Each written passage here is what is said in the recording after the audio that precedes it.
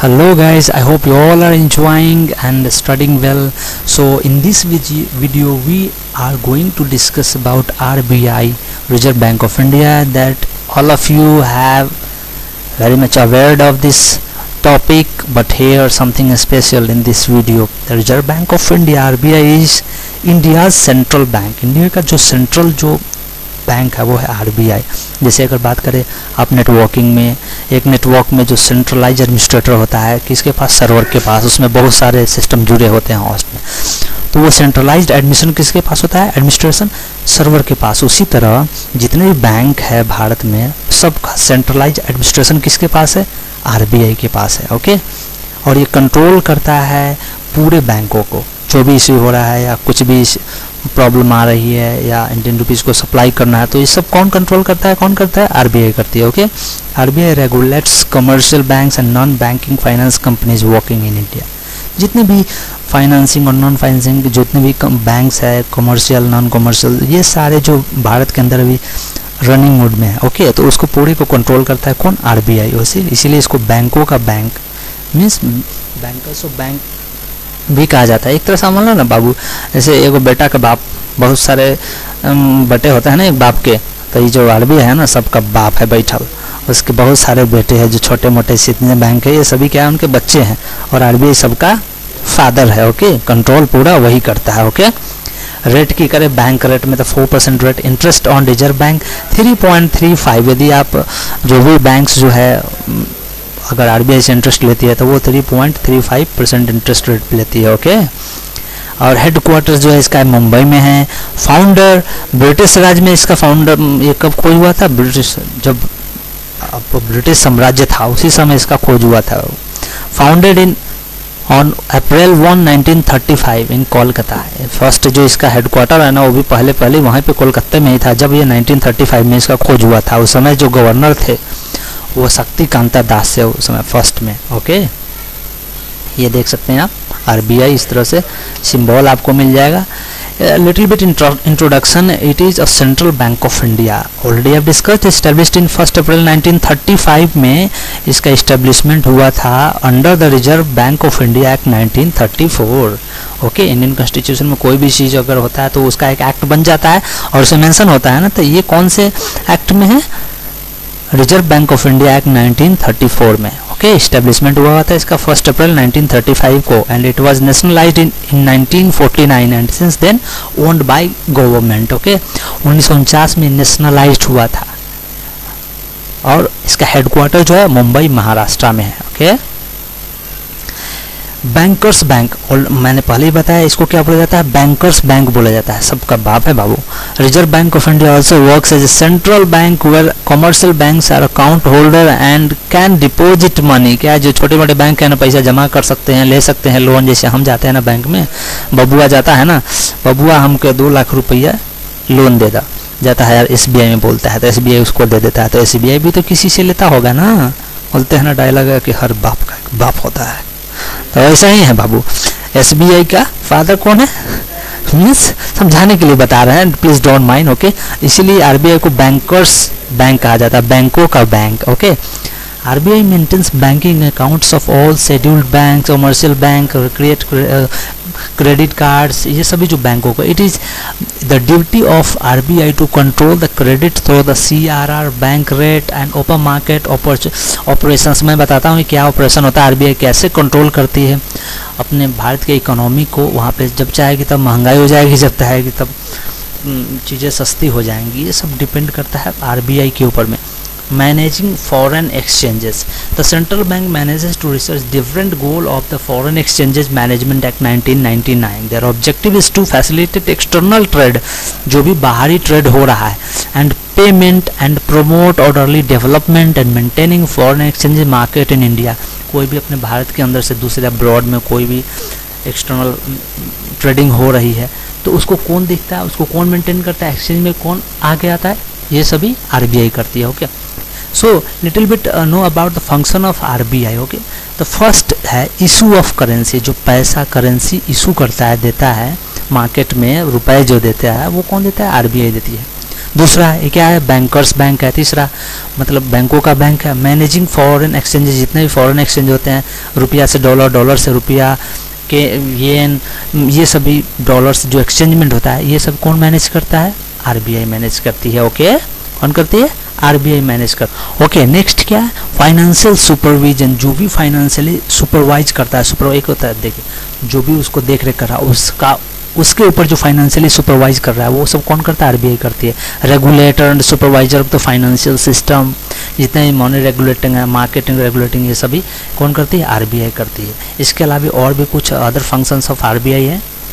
Okay, like issue of currency. First, the bank issues and exchange currency notes and coins and destroys the same when they are not fit for the circulation. जैसे कि देखिए, जो भी पैसे issue करना है या coin बनवाना है, नोट छपवाना है, ये सब कौन करती है, आरबीआई करती है। और डिस्ट्रॉय करने का भी काम यही करती है। जैसे मान लीजिए डिमोनेटाइजेशन हुआ था, जब पैसे नोट बदले गए थे, मोदी साहब बदल दिए थे, कॉइन बदले गए, नए नए कॉइन बने, तो उस समय उसको डिस्ट्रॉय भी तो करना है भैया, बना है तो उसको तोड़ना भी है, उसको डिस्ट्रॉय भी करना है, तो ये सब काम कौन करता है, आरबीआई करती है। All the money issued by the central bank is its mandatory liability. The central bank is obligated to back off currency with the asset of equal value to enhance public confidence in paper currency. बाबू देखिए, एक चीज़ मैं आपको बता दूँ सबसे पहली बात, कि जैसे जो करेंसी होती है, स्टार्टिंग में जब सबसे पहले नोट बना था 1 रुपये का नोट, तो उसमें लिखा हो रहा था, देखिए कि मैं ग्राहक को 1 रुपये का नोट देने का अदा करता हूँ। तो क्या वो पैसा देता है, नहीं देता है। मेटल तो रख लेता है, मैनेजर से गोल्ड ले लिए लोन, तो गोल्ड वो रख लिया, लेकिन आपको कह दिया, एक कागज पे लिख के दे दिया कि 100 रुपया हम देने का वादा करते हैं, बस दिया क्या है, वो पेपर लिख करके दे दिया। तो ये सभी जो पॉलिसीज हैं, ये सभी को कौन हैंडल करता है। अभी इसके कुछ स्ट्रक्चर के बारे में बात करें तो जो टॉप मोस्ट होता है गवर्नर, 4 डिप्टी गवर्नर उसके अंदर में होते हैं, 2 फाइनेंस मिनिस्ट्री रिप्रेजेंटेटिव्स होते हैं, 4 हेड ऑफ लोकल बोर्ड्स होते हैं एंड 10 अदर डायरेक्टर्स होते हैं। इनका टेनर जो होता है 3 साल के लिए होता है, और मैक्सिमम मिनिमम जो 3 साल के लिए, मैक्सिमम 5 साल तक रहते हैं। जैसे first governor of RBI Osborne Smith हुए थे। सेकेंड में इंडियन गवर्नमेंट, वो इंडिया के नहीं थे भाई, आरबीआई के गवर्नर हुए लेकिन भारत के नहीं थे। ब्रिटिश जब स्टार्ट हुआ था उस समय थे फर्स्ट गवर्नर, लेकिन भारत का जो फर्स्ट गवर्नर थे वो सीडी देशमुख थे। Okay, CD Deshmukh.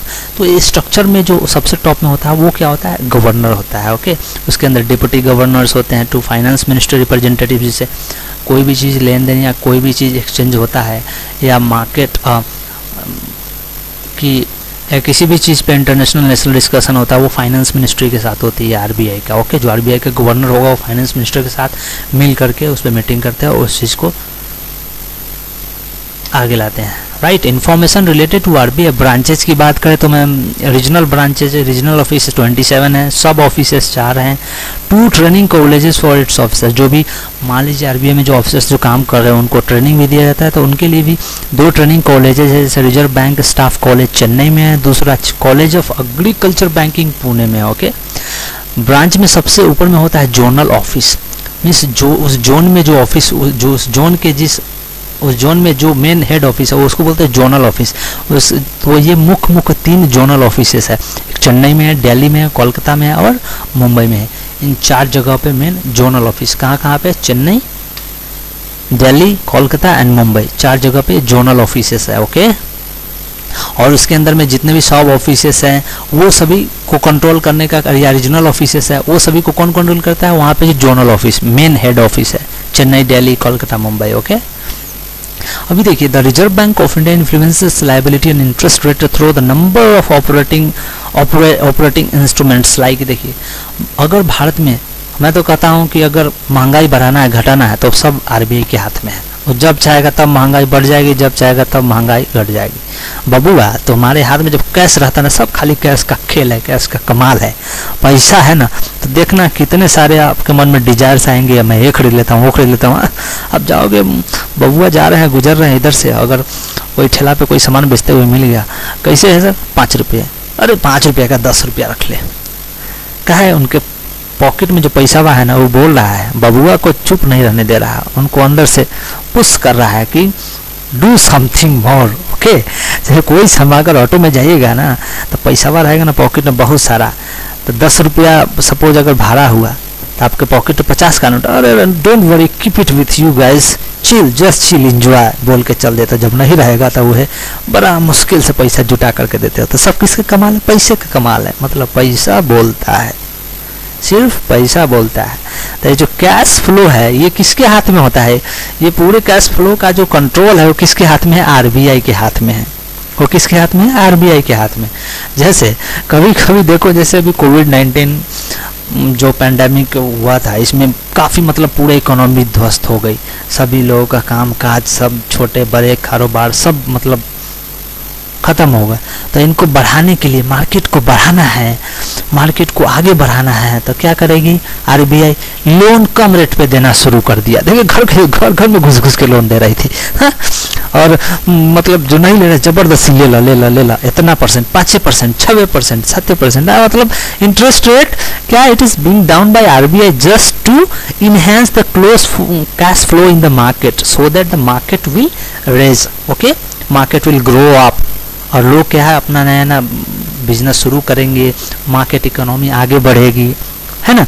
किसी चीज़ का एक सिंपल सा एग्जांपल ले लो बापू, कि अगर छोटा मोटा काम कर लेते हो सपोज, तो उस अच्छा अगर कर लिया तो पार्टी देने का, आज तो काका पार्टी देते हो एकदम, अगर लड्डू खरीदने, ओके, लड्डू है अगर 100 रुपये kg, ओके, पैसा बहुत मिलल है गदगदा, आजे एकदम लोन निकाल के भैया आला तुम आ काका दोनों बैठ के पार्टी करे के चक्कर में तो 100 रुपये के, अरे 200 के लड्डू ले ला यार, साथ में कोल्ड ड्रिंको ले ला और कुछ स्मोकिंग भी ले ला। तो मीन्स वो पैसा बोल रहा है, मतलब बहुत सारा सामान खरीद लिया। अब दुकानदार वो देखेगा ओह ज़्यादा पैसा के घर में, ठीक है 100 रुपये के लड्डू के क्या बोलेंगे भैया, कैसे था 200 रुपये kg है। स्प्राइट अच्छा 50 रुपया का, ना ये पे एक्स्ट्रा और टैक्स लगे। अरे वो मर्दे के पता नहीं है कि कौन सा टैक्स है, जीएसटी के अलावा और कोनो टैक्स है का, वो 20 रुपया और चढ़ा के ऊपर ले लेगा। तो क्या हुआ, उस सामान का वैल्यू बढ़ गया। अब मान लीजिए 100 रुपये का लड्डू 200 रुपये में बेच रहा है, तो उसके बाद जो लेने जाएगा तो वो क्या उसको 100 रुपये में देगा? नहीं देगा, कहा कि उसका रेट में हो जाएगा 200 रुपये। तो मतलब उस चीज़ का क्या प्राइस बढ़ गया, कीमत बढ़ गया। ये क्यों बढ़ा? जब बैंक इसको लोन दी, है ना। अब ये लोन लेकर के पॉकेट पैसे निकाल के आया, गरमायल इनको बोलना, और ये इन्होंने उस चीज़ का वैल्यू बढ़ा दिया, प्राइस बढ़ा दिया, तो क्या है उसका कीमत बढ़ गया। अगर यही नहीं रहता पैसा उनके हाथ में, तो 100 रुपये का भैया 85 रुपये में दे दीजिए ना, 17 रुपये में दे दीजिए, तो वो कहेगा चलो ग्राहक नहीं है दे देते हैं, तो 17 में, तो अगले बार से जो खरीदने जाएगा 17 रुपये में खरीदेगा, है ना। Means the actual price is going down, okay, because of the less cash flow of money in the market, right? So in this way the total command RBI is having, means RBI के पास में total command है कि जब चाहे वो किसी चीज़ का दाम बढ़वा सकता है, घटा सकता है, समझे। तो इसी चीज़ को बोलते हैं ऑपरेशन। बहुत सारे ऑपरेशन RBI करती है जिससे मार्केट में कैश फ्लो होना शुरू हो जाए और बंद हो जाए, जिससे किसी भी चीज़ की कीमत बढ़ जाती है और घट जाती है ना। तो ये सब डिपेंड किस पे करता है? आरबीआई पे। अभी देखिए सिंपल सा एक एग्जांपल मैं समझाता हूँ आपको। जब आप लोन लेने जाते हैं बैंक से, तो बैंक देती है, तो बैंक वो तो किसी से लोन लेता होगा, तो एसबीआई हो गया, ICICI से बैंक ले लेते हैं, तो उसके पास पैसा कहाँ से आता है? वो आरबीआई से लोन लेती है, ठीक है, वो आरबीआई से लोन लेती है, इसीलिए बैंकर्स बैंक बोला जाता है आरबीआई को, फादर ऑफ बैंक्स। तो उससे भी लोन लेती है, तो फिर बैंक जो है आरबीआई वो भी बड़ा घोटालेखोर है, वो फ्री में थोड़े दे देगा, वो तो इंटरेस्ट लेगा। अगर उसको पता है कि ससुरा जाएगा तो किसी ना किसी को लोन देगा और इंटरेस्ट से कमाएगा, तो क्या करती है, वो भी इंटरेस्ट ले लेती है ना, वो भी इंटरेस्ट लेती है। तो इसी से निकल के आता है एक वर्ड इकोनॉमी का, रेपो रेट और रिवर्स रेपो रेट, समझिए बाबू। तो रेपो रेट जो होता है वो क्या होता है, जो इंटरेस्ट रेट आरबीआई दूसरे बैंकों से लेती है, मतलब उसको जो लोन देती है उस पर जो इंटरेस्ट लेती है, उसी को बोलते हैं रेपो रेट। और रिवर्स रेपो रेट क्या हो जाएगा, उल्टा हो जाएगा। मान लो कभी कभी बाबू के पास पैसा ना है, तो बेटवा सब देता है ना कि बाबूजी पैसा वाला ले लीजिए, आपके पास नहीं है, तो वो में बड़ा दलाल खोरी, तो बेटवे बोलता है कि हमरा से ले हमरा के देला तो इंटरेस्ट लेके, तो हम काहे फ्री में देबो, हम इंटरेस्ट लेबो पे। तो वही बैंक बोलती है, इस बैंक सिमिलरली सीज कि हमें भी क्या चाहिए, इंटरेस्ट रेट चाहिए। तो उसी को जो इंटरेस्ट आरबीआई से ले लेता है, सुन लेता है, उसी को बोलते हैं रिवर्स रेपो रेट। समझे, इसमें हमेशा ध्यान रखिएगा, रेपो रेट जो होता है हमेशा greater than reverse repo rate, means repo rate हमेशा रिवर्स रेपो रेट से ज़्यादा होता है। ओके, अब ये है क्या है, इस पे क्या क्या होता है, इसमें और सारी चीज़ deeply will discuss in next video, और स्पेशल वीडियो इस पे बनाएंगे, उसमें डिस्कस करेंगे। Okay, so I hope you understand what is RBI और आरबीआई के ब्रांचेज, इसमें गवर्नर हेड होता है और इसका क्या फंक्शन है, ये कैसे मार्केट को कंट्रोल करता है, महंगाई को घटाने बढ़ाने का काम करता है, कैसे मीन्स ये पूरे कमांड करके रखता है पूरे बैंकों के ऊपर, क्या रेपो रेट है, क्या रिवर्स रेपो रेट है। I hope you all have understood.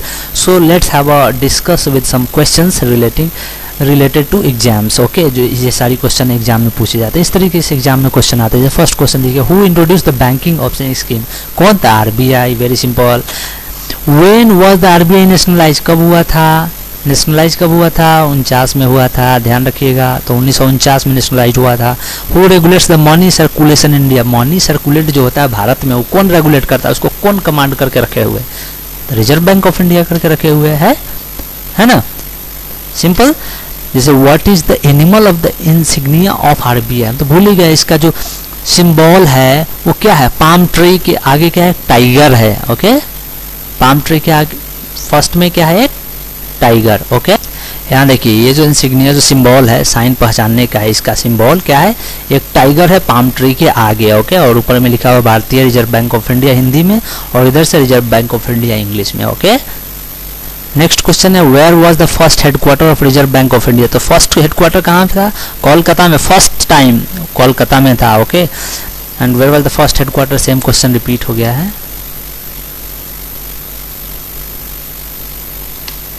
So this was all about RBI and function of RBI and how RBI influences the cash flow of money in the market. Okay, so I hope you all have understood. बाबू पैसा संभाल के रखिएगा, पैसा ज़्यादा होगा तो ज़्यादा बोलिएगा, ठीक है। तो बबुआ किसी भी चीज़ का रेट आप तुरंत बढ़ा दीजिएगा। So use your own brain and let you stop your money which is kept inside your pocket. Okay guys, so I'll see you in the next video. Please like and subscribe to my channel, and I hope you all are enjoying all of my videos. Keep studying. Bye bye.